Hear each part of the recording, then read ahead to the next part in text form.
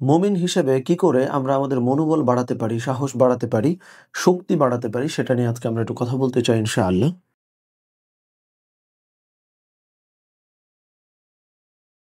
দেখেন, প্রথমত এই ক্ষেত্রে খুব গুরুত্বপূর্ণ একটা ব্যাপার আছে। ব্যাপারটা হইল নরমালি এইখানে ২ শ্রেণীর মানুষ আছে।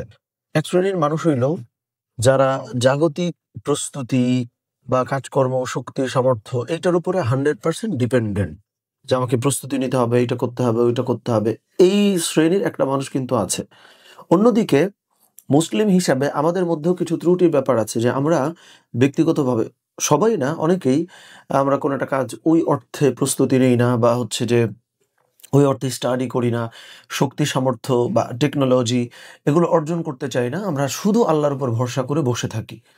কিন্তু অ্যাজ আ মুসলিম প্রকৃত অর্থে যদি আমি শক্তি সামর্থ্য বৃদ্ধি করতে চাই, সাহসী হতে চাই, শক্তিশালী হতে চাই, তাতে করে যেটা আমার দরকার সেটা হইল পূর্ণ প্রস্তুতি গ্রহণ প্লাস আল্লাহ সুবহানাহু ওয়া তাআলার উপর তাওয়াক্কুল করা।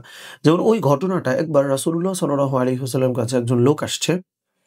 তো আসার পরে নবীজি তাকে জিজ্ঞেস করেছেন, সম্ভবত উট অথবা ঘোড়া। সহজ করে বোঝানোর জন্য আমরা বাহন এটা ধরে নেই। তো নবী করিম সাল্লাল্লাহু আলাইহি ওয়াসাল্লাম তাকে জিজ্ঞেস করছেন যে, "তুমি যে বাহনে চড়ে আসছিলা, ওইটা কই?" তো ওই লোক বলতেছে যে, "আমি আল্লাহর উপর ভরসা করে মাঠে আমার উটটাকে বা বাহনটাকে রাইখে আসছি।" তো তখন রাসূলুল্লাহ সাল্লাল্লাহু আলাইহি ওয়াসাল্লাম বলছেন যে, "না, আগে তোমাকে দড়ি দিয়ে, রশি দিয়ে তোমার ওই বাহনটা বাঁধতে হবে। অ্যান্ড দেন তুমি হচ্ছে যে আল্লাহ সুবহানাহু ওয়া তাআলার উপরে ভরসা করবা বা তাওয়াক্কুল করবা।"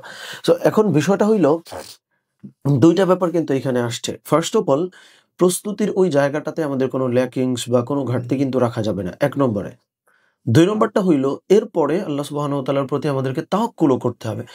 এই ব্যালেন্স যদি করি যে আমার যতটুকু সামর্থ্য ছিল ওইটুকু প্রিপারেশন আমি আলহামদুলিল্লাহ নিছি, ওকে গেল।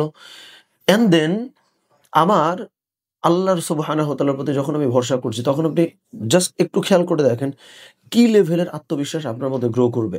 কারণ যে শুধু দুনিয়ার প্রস্তুতি নিছে ওইটাও আপনার মধ্যে আছে। আবার যে শুধু আল্লাহর উপর ভরসা করছিল ওইটাও আপনার মধ্যে আছে। প্রপার ব্যালেন্স কিন্তু আছে। কিন্তু এখানে যদি ব্যাপারটা এরকম হইতো যে আপনি 50% একটা করছেন আরেকটা করেন নাই। তার মানে এই যে আজকে আমরা যেটা বললাম, এই ব্যাপারটা ফলো করলে অন্য যেকোনো মানুষের থেকে অনেক বেশি কনফিডেন্ট, অনেক বেশি শক্তিশালী, অনেক বেশি মনোবল সম্পন্ন মানুষ হওয়া কিন্তু সম্ভব। তো আল্লাহ সুবহানাহু ওয়া তাআলা আমাদেরকে এই তৌফিক দান করেন। আমিন। আসসালামু আলাইকুম ওয়া রাহমাতুল্লাহ।